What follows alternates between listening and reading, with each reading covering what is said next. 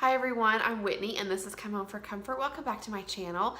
Today's video I'm going to start a series on travel. We're going into the summer season here at the beginning of June. So of course summer doesn't really start till the end of June, but I live in South Carolina and it definitely feels like summer already. School is out, so summer is in full swing here. So of course when we talk about summer we think about vacation and travel. These tips I'm going to share are applicable anytime you travel, but hopefully they'll be helpful for you if you are traveling with your family or by yourself during the summer season. So today's video is all about how to pack for vacation and not forget anything. That's always the goal, right? To be able to leave your house, to pull out of the driveway and be confident you have everything you need. And not just you, but everyone else in the car, because usually as the wife, the mom, the woman of the house, it somehow falls to us to make sure that everyone has everything they need, right?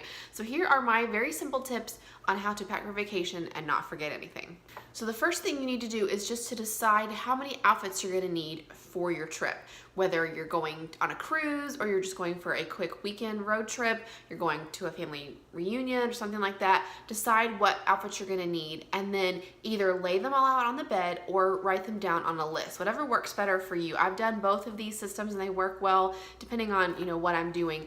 If you have, especially if you already have a small wardrobe, like a minimalistic 10 or 20 item wardrobe, you may not have to lay everything out because you already know what outfits you have for the season, but at least just write them down so you know if you have, it's important to remember things like loungewear, if you're gonna be staying in someone's home or if you're in a hotel and you need an outfit that you can just, something you can throw on to run down and get ice or to go get breakfast in the morning, something like that. If you're going out for a fancy dinner, if you're gonna be lounging by the pool, think of all the situations that you will encounter during your vacation and make sure you have an outfit for those situations. So for example, if you're gonna be going out for dinner one night, you would lay out your dress, your shoes, your jewelry, if you're gonna wear a scarf or a kimono or something over your outfit, a purse that you would want to take if you had a different kind of purse you wanted to use for dinner, all those things, and just put them all out on the bed so that you make sure you have everything you need for that outfit.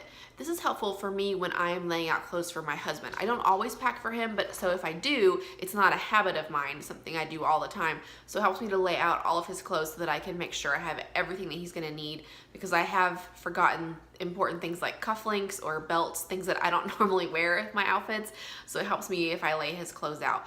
This is also something you could have your children do if they're old enough to be able to pick out outfits, to have them just lay out their outfits on the bed for you, and then you could go in and inspect and make sure they have everything they need before it gets put into the suitcase. If you don't want to go to all of the trouble of laying everything out, at least write down all the things you're going to bring, and that helps you just think through. That's really the key, is just thinking through the outfit and making sure you have each thing that you need.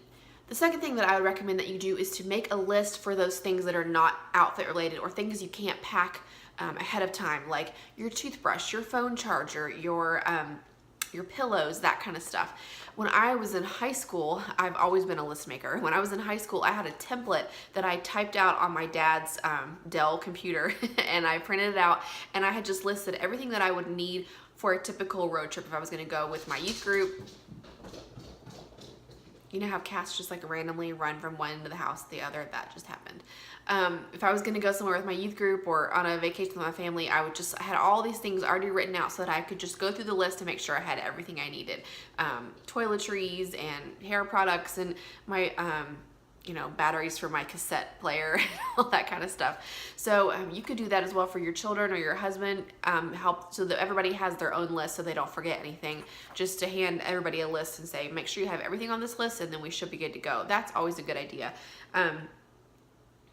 I also like to pack for my toiletries or my makeup. I like to pack, if I can, put things away as I'm using them. So if we're gonna be leaving in the morning, as I'm getting ready in the morning, I just put things, instead of putting them away, I put them into my suitcase or into my toiletry bag so that I remember everything that I need from each section of where I'm getting ready.